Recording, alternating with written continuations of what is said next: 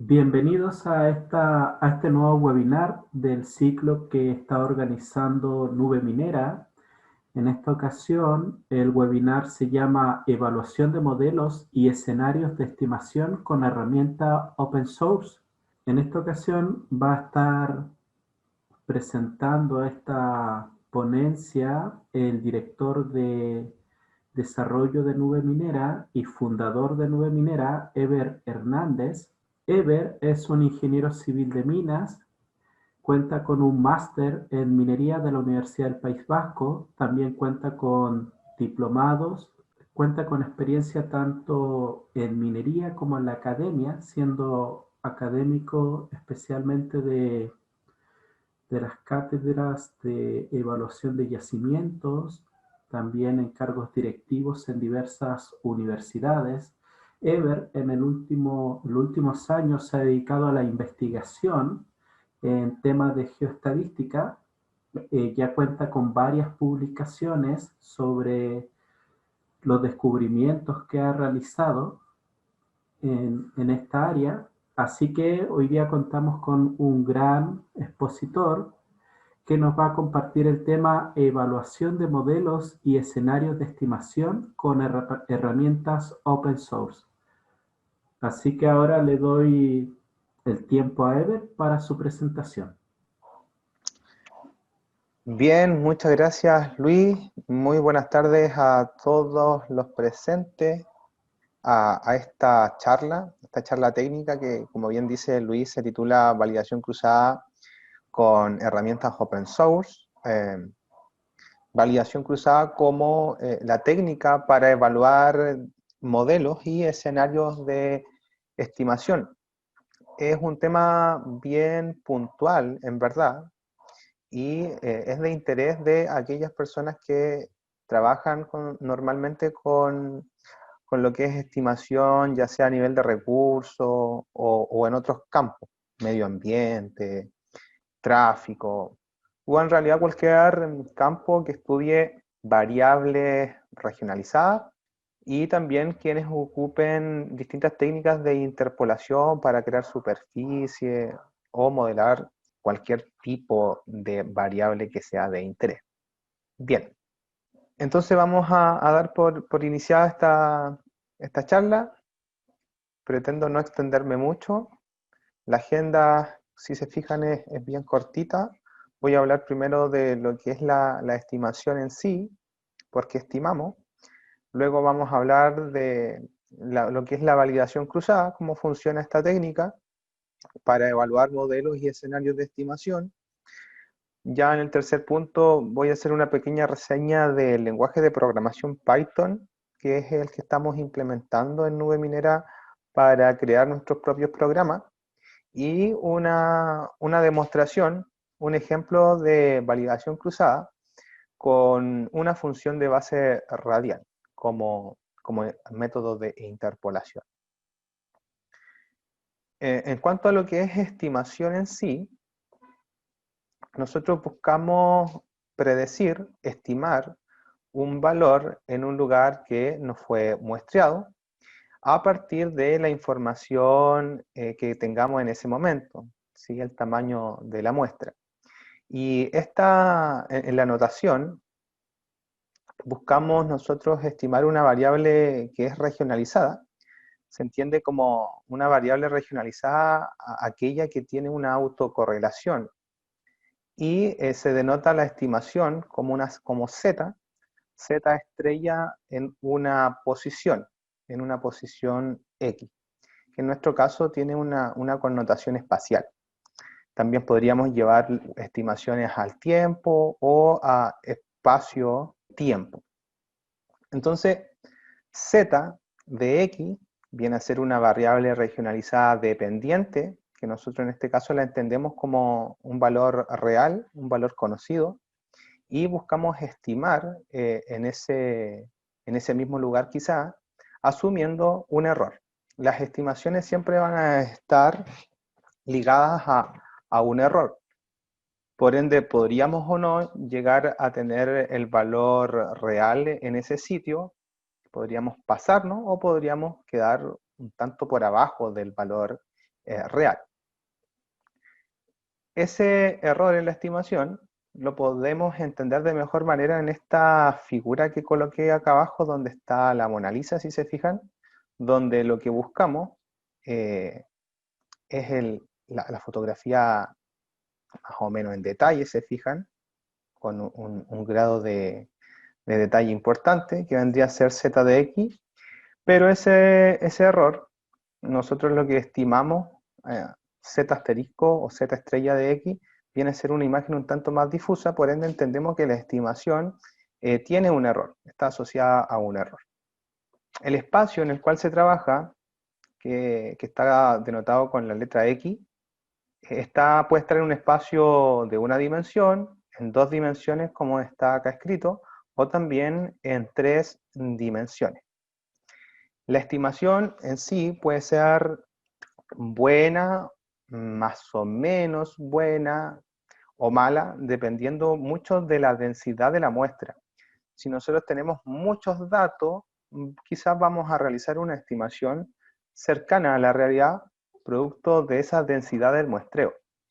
Pero si es que tenemos poquitas observaciones, una muestra pequeña, lo más probable es que esa realidad que buscamos estimar sea más bien mala. Si se fijan, acá hay una imagen en 2D de un comportamiento de una variable a nivel anisotrópico, una anisotropía diagonal, que es la figura real. ¿Sí? Esto es la realidad. Y con una cierta densidad de muestreo llegamos a imágenes muy difusas, como es la primera que está hacia la izquierda, y en función va aumentando esa muestra, esa densidad de muestreo, ya la imagen se comienza a parecer un poco a la realidad. Entonces, por un lado, la estimación va a mejorar en función a la densidad de muestreo, pero por otro lado, y es lo que nos convoca hoy día, es la selección del método de estimación adecuado y la configuración o el escenario de ese determinado método de estimación. Bien, acá podemos ver que un estimador no es más que una combinación lineal entre los valores que tenemos de la muestra asociado a un peso que se le asigna a esa observación. Y podemos tener estimaciones a nivel univariado o también a nivel bivariado o multivariado, como se puede ver en esta fórmula. Esto es una estimación con 2 variables, Z1 y Z2, algo que se conoce como co-kriging en el ámbito de la geoestadística. Y siempre vamos a estar buscando estimar para crear nuestros modelos, y luego queremos que esos modelos sean lo más cercanos a la realidad para que la toma de decisiones posteriormente se realice con una buena base. Imagínense que en minería se busca estimar leyes, concentraciones de algún elemento de interés, cobre, oro, fierro, etc. Y el equivocarse provoca que uno considere quizás un punto, un bloque, como mineral, siendo que puede ser estéril, o viceversa. ¿Sí? Entonces, el estimar variables que sustentan el negocio minero es una tarea que denota detalle y hay que tener bastante cuidado. Dicho eso, vamos a pasar a lo que es la validación cruzada, que voy a señalar que es una técnica para evaluar modelos y escenarios de estimación. Y acá hay una pregunta bien simpática que dice, ¿cuál de los siguientes métodos, escenarios, escogería para estimar? Y nos presentan distintas opciones, por ejemplo, el vecino más cercano, que es una técnica muy antigua y básica para estimar, que dice que el punto el cual buscamos estimar va a ser igual al valor de la observación más cercana que tenga. O sea, funciona a través de la distancia. Pero luego podemos configurar ese método de estimación y decir, ok, pero voy a utilizar el vecino más cercano o voy a aumentar el número de vecinos y luego voy a ir promediando. Entonces, podemos ya tener un movimiento en el método de estimación a través de el cambio del escenario. Podemos restringir la estimación a un determinado alcance o podemos estimar con todos los valores que estén disponibles. Y si es que seleccionamos un alcance, este puede tener un tipo que sea radial, donde consideremos la misma distancia en todas las direcciones, o con una anisotropía donde busquemos en una dirección de preferencia más muestras que en la perpendicular a esa dirección de preferencia. Y así luego también tenemos una segunda opción que es el inverso de la distancia, una técnica muy clásica, tradicional, que también tiene sus variaciones, inverso de la distancia al cuadrado, inverso de la distancia al cubo, o inverso de la distancia elevando el exponente, lo mismo con restricción, sin restricción, y qué tipo de alcance en caso de tener una restricción por alcance. Ya luego tenemos dos opciones más que son ya a nivel geoestadístico, el Kriging, que puede ser simple, ordinario, qué tipo de modelo variográfico utilizar, qué configuración del plan de Kriging, cuántas observaciones utilizar como mínimo máximo, con qué alcance, etc. Lo mismo pasa con el co-Kriging, que la diferencia al primero es que utiliza más de una variable, utiliza variables complementarias, y este puede ser un co-Kriging completo o un co-Kriging colocalizado, dependiendo del tipo de datos que estemos trabajando. Bien. Acá también se ven algunas observaciones que se toman dentro de una región, esto es el País Vasco en España, y a partir de esas observaciones buscamos crear un modelo de todo el País Vasco. Entonces, distintas técnicas, por ejemplo, arriba hay una función de base radial que se está utilizando para estimar, me da distintos resultados, por ejemplo, a un Kriging simple, que es lo que está abajo. Entonces acá Homero Simpson se pregunta qué método tengo que utilizar y qué escenario podría escoger para realizar mi estimación. Entonces, ¿sería correcto quedarse con un estimador sin evaluarlo? Por ejemplo, el vecino más cercano me dice que hay 4.000 toneladas de oro en función a la estimación que éste realiza. Por ende, es un escenario bastante positivo. Y si yo tengo una tendencia a quedarme con lo que mejor me queda al bolsillo, me gustaría mucho utilizar este método, el vecino más cercano. Luego quizás con un método que requiere mayor trabajo, por ejemplo un co-Kriging, me dice que me da la mitad del vecino más cercano, 2.000 toneladas de oro. Por ende aquí tengo un poco de pena porque me demoré mucho en generar este modelo y estos escenarios con esta técnica, pero no tengo un resultado que me diga, ok, avancemos, vamos a la siguiente etapa. Y así con los demás. Inverso la distancia me da 1.000 toneladas, que es el peor escenario, y el Kriging univariado me da 3.000 toneladas, que es un escenario más o menos bueno en comparación a los demás. Por ende, no es correcto, obviamente, elegir un estimador por estas características que le estoy señalando, sino que necesitamos evaluarlo. Necesitamos saber qué nivel de precisión tiene mi técnica de estimación. Y acá sale una pregunta bien simpática, dice, ¿se puede evaluar un modelo de estimación o un escenario? Y claro, hay distintas metodologías para evaluar un método de estimación. Y una de ellas es la validación cruzada, que se ocupa tanto en estimaciones dentro del ámbito de la geoestadística aplicada a evaluación de depósitos minerales, como también en otros campos, como pueden ser las interpolaciones aplicadas sobre superficie, a la creación de superficie, a través de las cotas de elevación. También se utiliza en la evaluación de modelos de aprendizaje, que son las técnicas de Machine Learning. Se utiliza para evaluar también técnicas de inteligencia artificial. Entonces, es una técnica que se ocupa bastante y funciona. Es buena. Bien, tempranamente vamos a decir que es una técnica decente. ¿Cómo funciona? Si se fijan acá, tengo una muestra en un cuadrado con 5 observaciones. La observación 1 tiene una ley de 3%, la observación 2 de 1%, observación 3 también, y así. Tengo distintas leyes en cada una de estas 5 observaciones. La validación cruzada funciona extrayendo una de las observaciones y estimando con el resto en ese lugar donde extraje la observación y sé qué ley hay. Por ejemplo, si yo saco acá este 1%, que es la observación 3, y estimo con el restante, voy a obtener un valor, obviamente, que va a estar en función de estas otras 4 restantes. Y dependiendo de la técnica que utilice, ese valor va a variar. ¿Qué buscamos? Que el método de estimación y el escenario para ese método de estimación sea lo más cercano a la ley real, al 1%.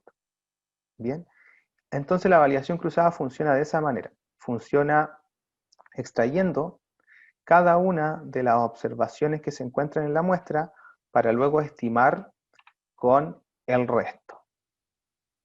Entonces, podemos hacer un ejemplo de aquello, muy simple, donde en una tabla tengo el número de observaciones, el valor real de cada una de esas observaciones que ya lo conocíamos de en la muestra anterior, y buscamos el valor estimado en dicha observación. Entonces la primera observación se va afuera, se estima con estas 4 restantes, coloco el valor acá. Luego con la segunda, vuelvo a incorporar la primera observación, saco la segunda y estimo con el restante. Y así sucesivamente. Voy sacando de forma ordenada cada una de las observaciones para ir estimando en dicha posición en el espacio con el resto de observaciones.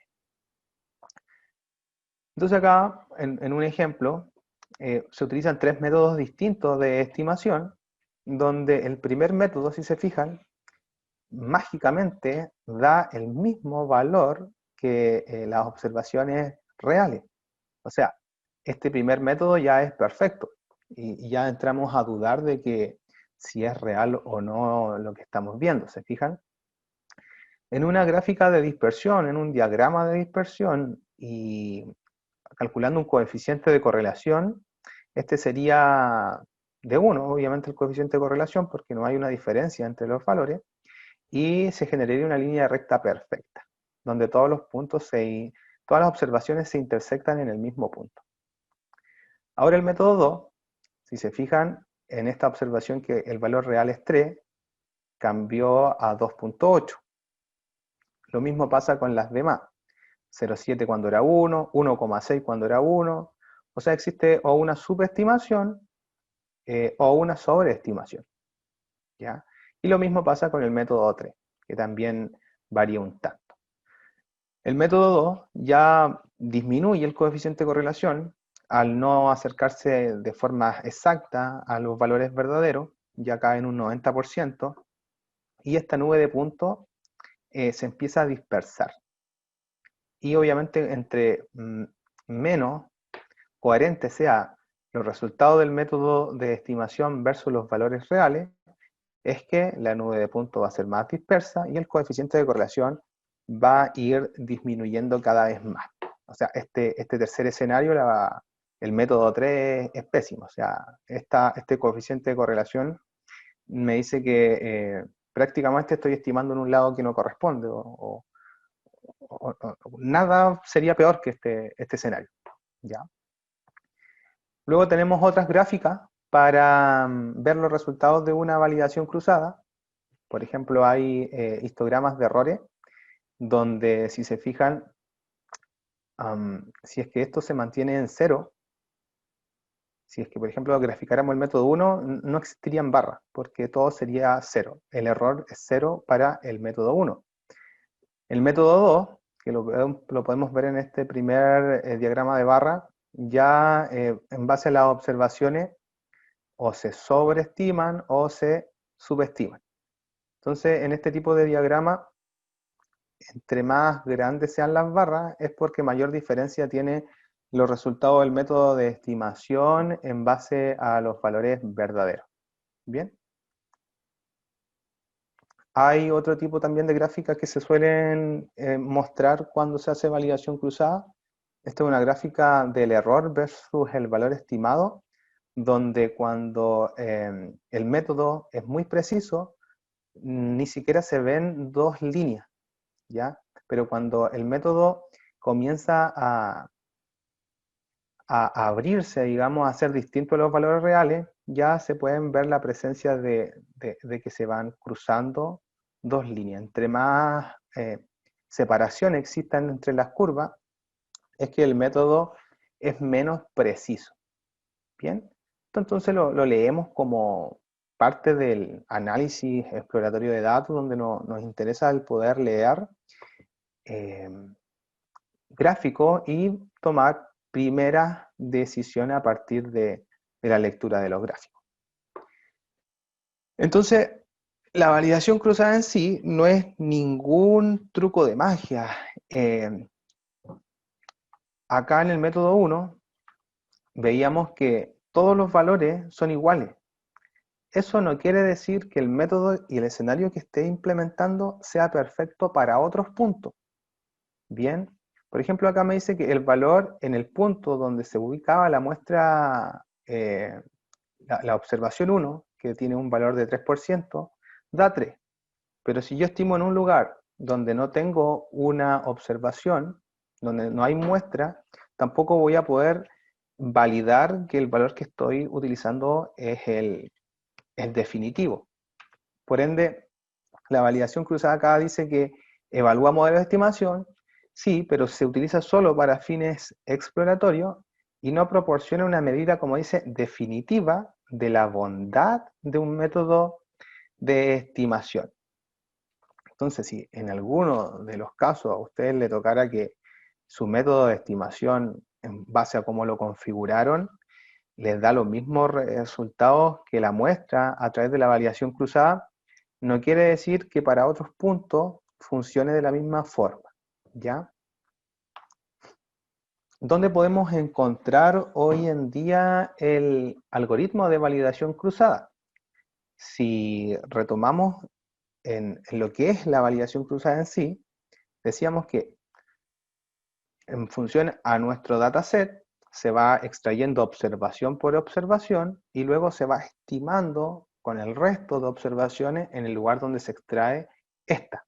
Y así tantas veces se generan tantas iteraciones como número de observaciones tenga el set de datos. Por ende, igual es un algoritmo que hay que configurar, obviamente, y esto lo podemos encontrar, por ejemplo, en el Supervisor, que es un software de Snowden, que lo compró hace poquito, tengo entendido, Datamine.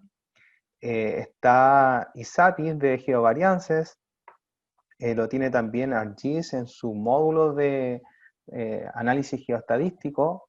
Lo tienen también, obviamente, MindSign, Vulkan, que son software ya más antiguos a nivel comercial, entre muchos otros software comerciales. Bien, pero ¿qué pasa si es que nosotros no tenemos las licencias para utilizar estos software o no contamos con el capital para poder comprar la licencia a nivel de hacer una investigación o para un trabajo de consultoría? Es que hay una opción que son las herramientas open source, ¿cierto? Específicamente dentro de las herramientas open source, voy a hablar de Python, donde podemos configurar la validación cruzada justamente a través de la escritura de nuestros propios bloques de código. Bien. Para incentivar un poco al uso de Python, me he dado cuenta que el último tiempo ha crecido exponencialmente la cantidad de gente que está utilizando Python.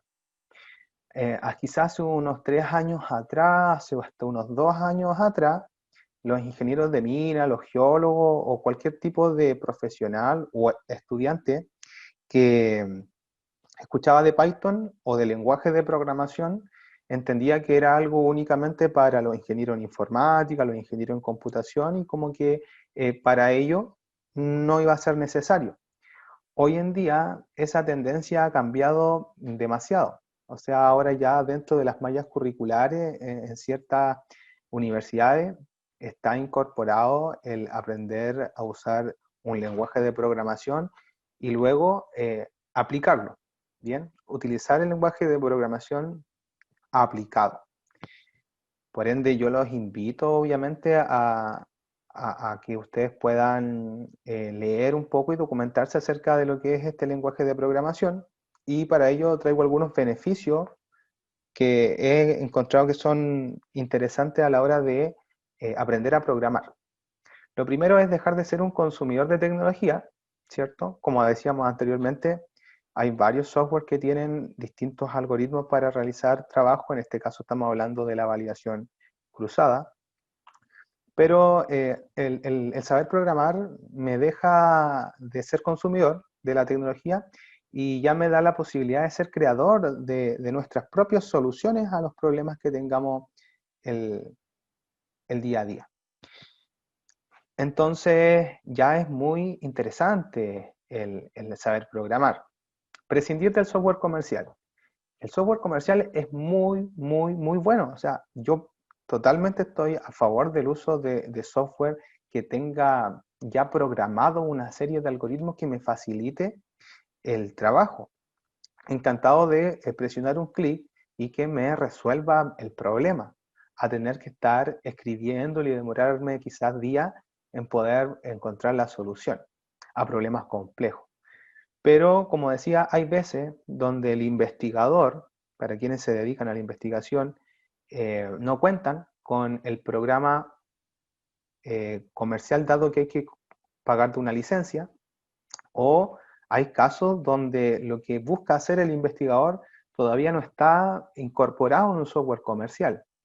Eso se ve mucho hoy día en quienes están utilizando Machine Learning o inteligencia artificial, donde quieren, por ejemplo, utilizar redes neuronales para crear modelos o técnicas de Machine Learning para hacer definición de dominios de estimación o problemas de predicción también, y que los software comerciales aún no los tienen incorporados, por ende, ya ahí también hay una debilidad donde el beneficio de saber programar no puede resolver ese problema. Luego, la posibilidad de mejorar procesos y metodologías con nuevos algoritmos. He conversado este último tiempo con mucha gente que está terminando sus carreras, que está egresado hace poco tiempo o que está titulado sin trabajo. Entonces, ¿cómo se pueden potenciar esas personas? Yo les comento que cuando uno llega a una empresa, uno primero estudia cómo ellos desarrollan sus procesos y muchas veces uno se encuentra con que se utilizan metodologías muy antiguas que, si bien están validadas por la industria, pueden ser mejoradas, ¿sí? Por ende, si alguien llega con una solución innovadora, utilizando quizás tecnologías que se están dando hoy en día o que se están haciendo populares hoy en día, y el saber programar le da la posibilidad de mostrar que se puede hacer de otra manera quizás un proceso que hoy en día lleva esa empresa, créanme que les va a sumar mucho, les va a sumar a que los vean como profesionales que vayan a hacer un poco de disrupción en el mercado. Entonces, yo rescato esos tres puntos que los quise apartar acá en esta lámina de beneficios de saber programar. Puede ser con cualquier lenguaje, obviamente. Pero ahora, ¿por qué con Python? Python es muy simple de aprender. Es un lenguaje de programación que dentro de la curva de aprendizaje es muy rápido. ¿Ya? ¿Por qué? Porque su sintaxis es sencilla. Bueno, acá lo tengo apartado también. Es un lenguaje de sintaxis sencilla y código legible. Eso quiere decir que si uno está más o menos ambientado con el inglés, le va a ser muy fácil quizás leer líneas de código y también el poder escribirlas, porque no tienen tanto arreglo, ¿ya? Es un lenguaje de programación interpretado. Eso quiere decir que se ejecuta en tiempo real, no es un lenguaje que esté compilado. Eso también lo hace ser un poquito más lento que otros lenguajes compilados, obviamente. Es multiplataforma, lo cual dice que no se basa en un único paradigma. Si bien es un lenguaje de programación que está orientado a los objetos, también soporta otros paradigmas de la programación, como son el imperativo o el funcional. Bueno, eso era multiparadigma, disculpen. multiplataforma, obviamente que se puede trabajar de distintos sistemas operativos. Inicialmente se hizo para Unix, pero hoy en día se puede utilizar con cualquier tipo de sistema operativo que ustedes tengan, ¿ya? Linux, Windows, etc. Y lo más importante es que es de código abierto. Nosotros podemos descargar Python y comenzar a utilizarlo desde nuestro computador sin ninguna restricción. Existe una comunidad gigante detrás de este lenguaje de programación donde vamos a encontrar respuestas para todo. Y también podemos crear nuestros propios programas y venderlos. Bien, podemos escribir con código Python, desarrollar nuestras soluciones y comercializarlas. Eso está permitido.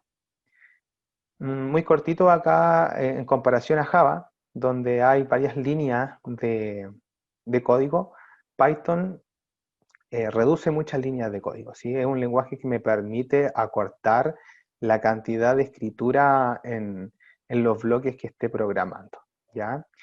Y tiene tipado dinámico, que eso quiere decir que reconoce el tipo de variable que se esté asignando y que ese tipo de variable puede ser reemplazada, ¿sí? Al principio se fijan, declara una variable que es un número, un entero, 10, lo imprime y lo reconoce automáticamente como que esto es un entero. Si yo le pregunto qué tipo de dato es X, Python me va a decir es un entero. Y luego en esa misma variable se escribe una cadena de texto, ¿ya? Donde también si le pregunto qué tipo de dato es X ahora, me va a decir, ok, ya no es un valor entero, sino que es un string, una cadena de texto.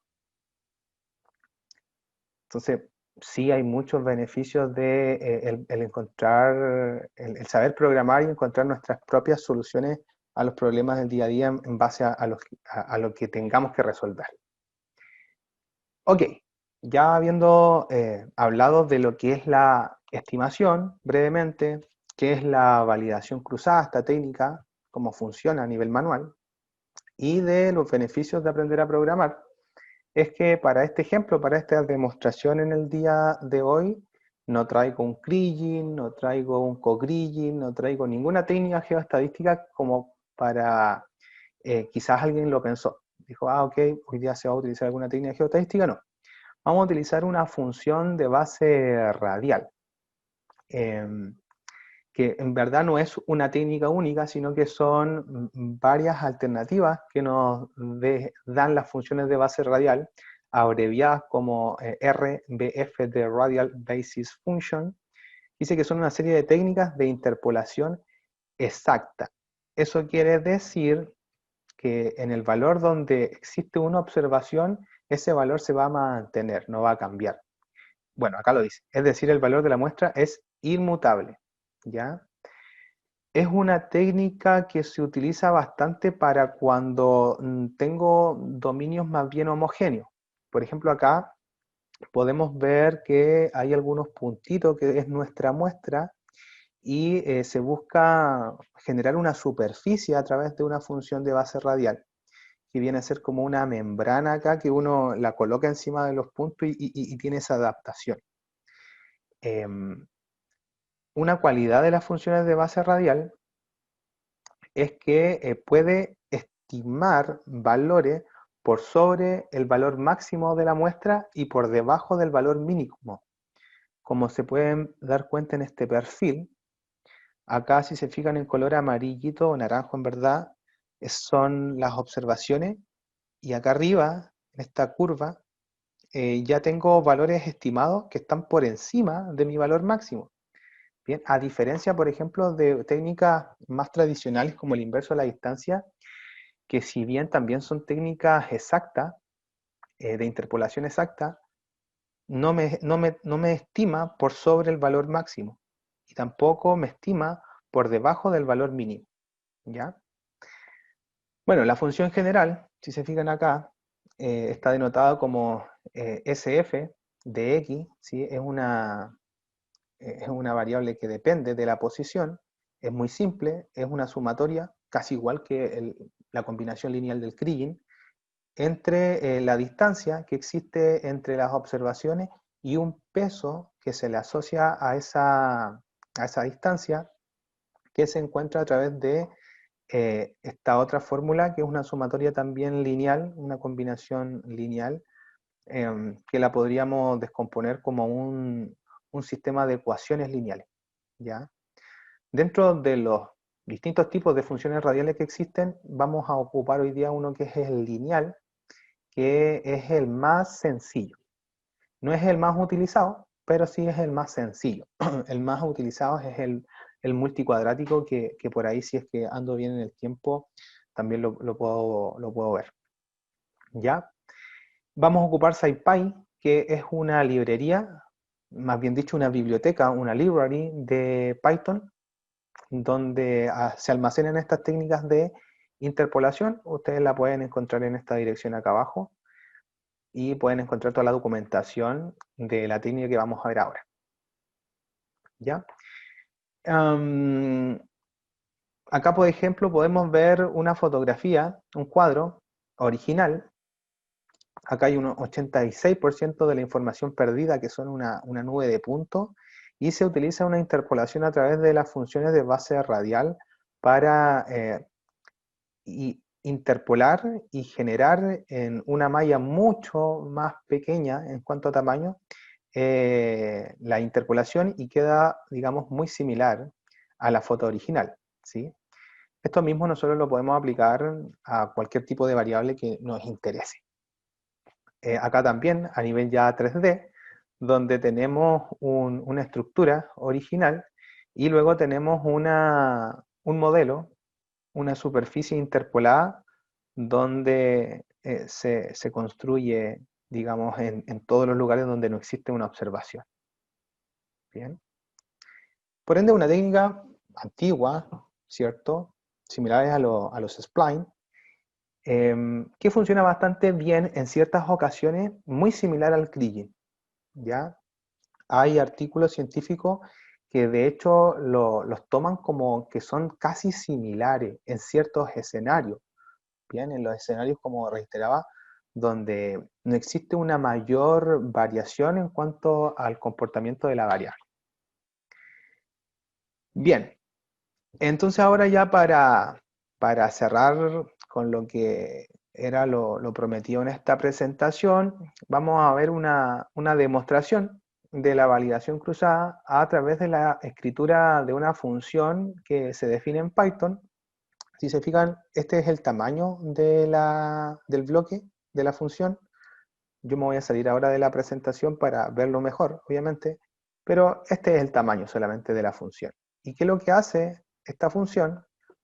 Lee un dataset, extrae de ese dataset, de esa tabla de datos, cada una de las filas con observaciones, y estima a través de una función de base radial en aquella posición donde la muestra fue extraída, para luego generar una segunda tabla con los resultados y una gráfica, que es un diagrama de dispersión con la nube de puntos, con el coeficiente de correlación lineal y con la ecuación de la línea recta para predecir el valor de una variable en función de la otra. Espero que estén viendo bien este notebook. Bueno, esto es un notebook de Jupyter. Lo utilizo para escribir el código. ¿Cuáles son las libraries, las bibliotecas que se utilizan en este caso para correr la función? Ustedes ya podrían luego ir y copiar esta función, mejorarla, hacer algunas modificaciones, qué sé yo, sacarle una interfaz, como sea, sabiendo que utilizamos Panda, que es una biblioteca de Python para lectura de datos y manipulación de datos, de matrices, NumPy, que es una biblioteca de funciones matemáticas, Matplotlib, que es para las salidas gráficas, y SciPy, específicamente el área de interpolación, Interpolate, de la biblioteca SciPy, que, como dice acá, almacena los algoritmos, en este caso de interpolación. SciPy tiene muchas otras más soluciones. Acá solo vamos a utilizar las que tienen relación a las técnicas de interpolación e importamos específicamente las funciones de base radial, abreviadas como Radial Basics Function. Bien. Voy a ir muy rápido, digamos, en la explicación de este bloque de código, entendiendo que ya existe una base, y si no existe una base, bueno, con este video más adelante cuando aprendan lo básico, lo van a entender mucho mejor. Se define la validación, o sea, la función le damos un nombre, aquí le coloqué validación cruzada, y como argumento la lectura es de un data frame que tiene que llevar por nombre df. Es normalmente el nombre que se le abrevia a una tabla de datos en pandas, data frame. ¿Ya? Partimos con un primer ciclo, un ciclo for, donde a lo largo de todo este data frame se extrae una observación que viene a ser la primera fila, y así se va generando, se va escribiendo un nuevo data frame con el número total de filas menos una, ¿cierto? Y esa se va iterando. O sea, voy a crear un data frame que tenga n menos una fila, y esa va a ir cambiando. Primero voy a extraer la fila 1, después la fila 2, después la fila 3, así hasta el número total de observaciones que tenga nuestro dataset. Bien, luego se elimina esa fila, la que se extrae se elimina para que me queden data frame, distintos tablas de datos con las n-1 observaciones. Luego se crean 3 variables que almacenan de forma independiente la información de n menos n-1 filas, que básicamente acá lo que hacemos es crear una variable para x, que es mi posición en el este, para y, que es mi posición en el norte, y z, que es mi posición no en el eje vertical en la elevación, sino que es el valor de mi variable de interés.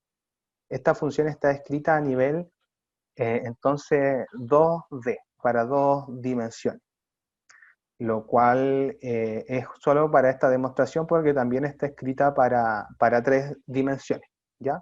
No es para nada complejo, es agregar quizás aquí y en varias partes de esta función una línea más de código, ¿ya? Luego tenemos que tomar esas tablas de datos que creamos para utilizar una función de base radial, ¿ya? Y estimar en esos lugares donde se extrajo la observación. Por ende, ya finalmente tenemos un único dataset, una única tabla de datos, donde tenemos los valores reales y tenemos los valores estimados, habiendo sacado en cada una de las iteraciones iguales al número de filas que tiene la tabla de datos, para realizar la estimación con el restante de aquellas variables de interés principal de ese dataset. El único gráfico que he dejado para esta función es, como decía, un diagrama de dispersión en el cual se agrega un polinomio de primer grado, que es la ecuación de la línea recta del tipo y es igual a bx más a, y el coeficiente de correlación lineal, que es igual a la covarianza dividida por el producto entre las desviaciones estándar de ambas variables. En este caso, de la variable real, el valor real de la variable, y el valor estimado. Entonces ya se corre esta función, y esto ya es más cháchara porque solamente acá estoy leyendo un data frame, ¿sí? Que yo le titulé sample-cross validation. Bien, leo este dataset, lo corro para que se visualice y tengo este escenario. Tengo un total de, a ver, count, un total de 200 observaciones. En este espacio bidimensional hay 200 observaciones, y al aplicar la validación cruzada a la función, se fijan, validación cruzada, pasándole el argumento que es el data frame, genera el diagrama de dispersión para las 200 observaciones, habiendo estimado 200 veces a través de una función de base radial. En este caso, el coeficiente de correlación lineal es del 93%, por ende, me da a entender que el método es bastante cercano a la realidad y podría utilizar una ecuación del tipo y es igual a bx más a para poder predecir una variable en función quizás de la otra. Cuando generamos la validación cruzada, se reescribe el data frame que leemos y este inicialmente poseía una columna con la identificación, el número de la fila, que parte en 0 y termina en este caso en 199, la posición X, la posición Y, que son variables a nivel espacial de posición, la variable de interés, que en este caso se llama BA, y cross, que es la interpolación a través de la función de base radial en ese punto. ¿Ya?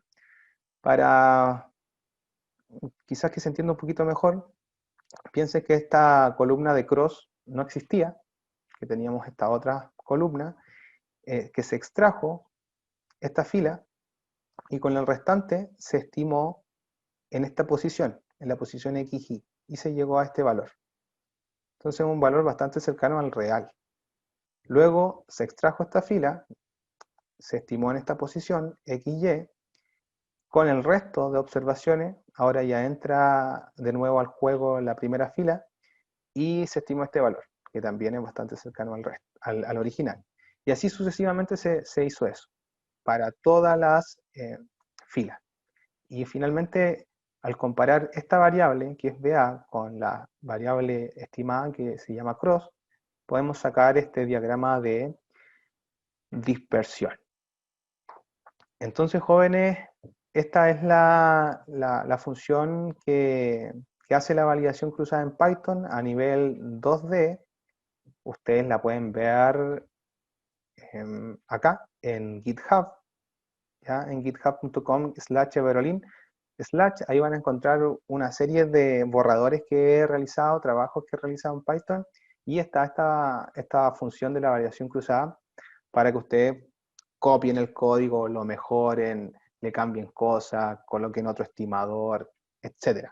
Como les decía, Python es open source, es de código abierto, no hay problemas de derechos de autor, así que eso era la presentación que traía el día de hoy. Espero que haya sido de su interés y en caso de existir alguna duda, Luis, voy a quedar al pendiente de ello. Bien, muchas gracias, Ever, por la presentación.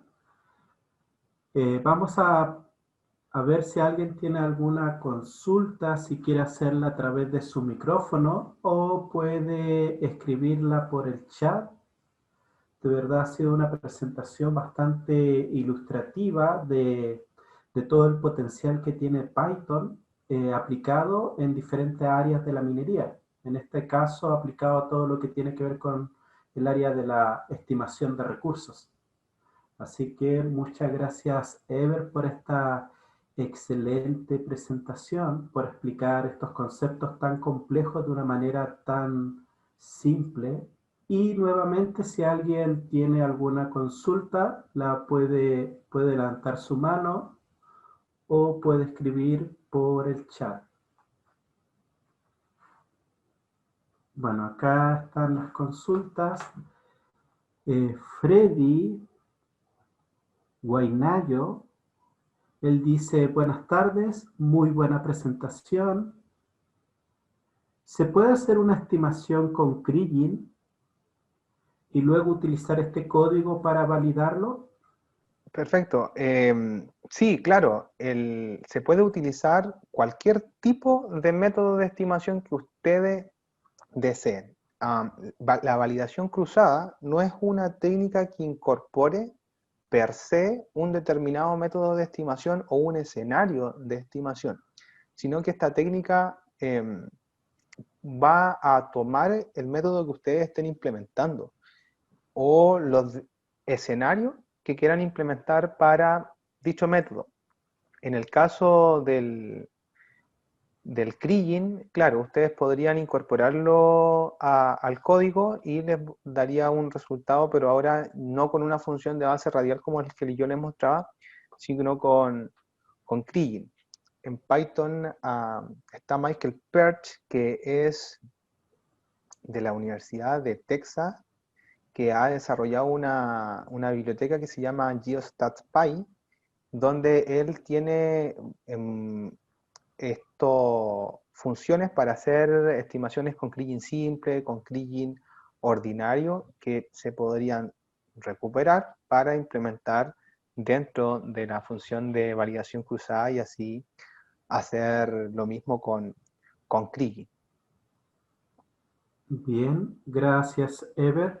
Víctor Cordero tiene una consulta, dice, buenas tardes, mi nombre es Víctor Cordero, soy de la Universidad del Oriente, Escuela de Minas de Venezuela.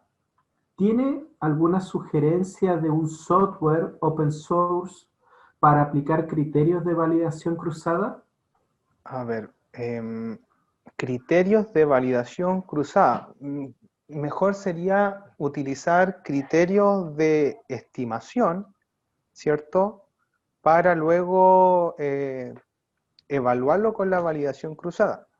Y como les decía, el utilizar Python es lo que yo les recomendaría porque es un lenguaje de programación muy simple, de una curva de aprendizaje muy rápida, y donde podemos, por ejemplo, para quizás ilustrar un poco mejor, si yo quiero comparar el resultado de un Kriging simple versus un Kriging ordinario, lo puedo hacer con la validación cruzada sin problema a través de Python, ¿ya? Si quiero comparar, por ejemplo, un Kriging ordinario con un alcance del variograma, no sé, de 100 metros versus una serie de iteraciones del alcance del variograma, también lo puedo hacer con Python.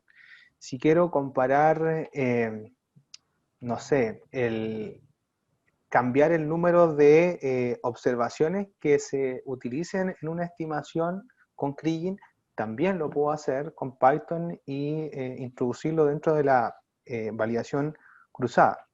En resumen, lo que ustedes van a evaluar va a ser su método de estimación y los escenarios al cual se pueda someter ese método de estimación con esta técnica de validación cruzada que me faltó mencionar que tiene un apellido que se llama leave one out.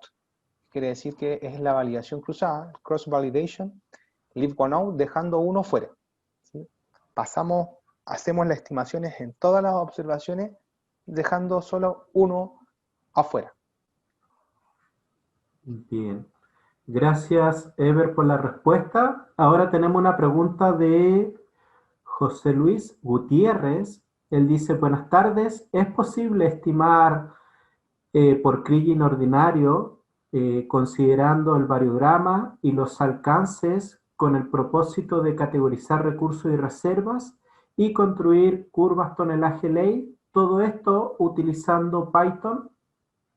Gracias por esa pregunta. Muy buena pregunta. Eso quiere decir que estamos evaluando si es que esta herramienta open source nos puede satisfacer las necesidades del problema que hoy en día tenemos. Claro, sí se pueden hacer estimaciones hoy en día con Python a nivel 2D y 3D. Hay ciertas limitaciones en 3D porque hay librerías, bibliotecas, por ejemplo, PyCrich es una biblioteca que hace modelos de bloques en 3D con Kriging simple, Kriging universal y Kriging ordinario. Pero no me deja variar un tanto lo que es la anisotropía en el modelo variográfico. ¿Ya? Funciona bien para comportamientos isotrópicos solamente porque es una biblioteca que no se creó para la minería, ¿se fijan? Pero a nivel 2D sí hay muchas cosas que ya se están usando. Para responder completamente a eso, sí se puede utilizar Python para evaluar distintos métodos de estimación, utilizar las varianzas de Kriging para generar categorización de recursos. Ahora, para hacer curvas de tonelaje versus ley, entiendo obviamente que está hablando en 3D, porque estamos hablando de de masa asociado a los bloques, se puede hacer, pero hay ciertas limitaciones como les señalaba, cosa de meterse. Hay muchas cosas que no están y que uno las tiene que empezar a escribir o ver quién hizo algo similar para quizás tomar un poco de ese código e ir generando finalmente lo que buscamos. Bien, muchas gracias por esa respuesta tan completa, Ever. Y creo que ya hemos llegado al final de las consultas para este webinar y estamos en el tiempo. Así que nuevamente quiero reiterar los agradecimientos por tu excelente presentación y a todos los que han participado esta tarde en esta charla. Y quería pedirle a Ever algunas palabras para finalizar. Sí, bueno, muchas gracias a la gente que se unió a este webinar. Cuando lo programamos dijimos que quizás nos iba a unir mucha gente porque es un tema que les interesa solo a quienes están insertos en el tema de estimación de recursos, a los que están en investigaciones a nivel de geoestadística o programadores en Python que busquen desarrollar un poco a nivel más completo esta solución. Entonces, muy agradecido de las personas que se unieron. Ahí está mi correo, si es que hay alguna duda, si es que les gustaría que les ayudara quizás a implementar esto en su propio proyecto. Muy abierto a la colaboración. En Nube hacemos harta investigación, entonces utilizamos esta herramienta para esos fines, pero cualquier cosa que se les ocurra, ahí está mi correo, escríbame y si tengo el tiempo voy a responder a la brevedad. Eso, Luis, muchas gracias a ti también por tu tiempo y ya nos veremos a fin de mes en el último webinar de este primer ciclo en Nube.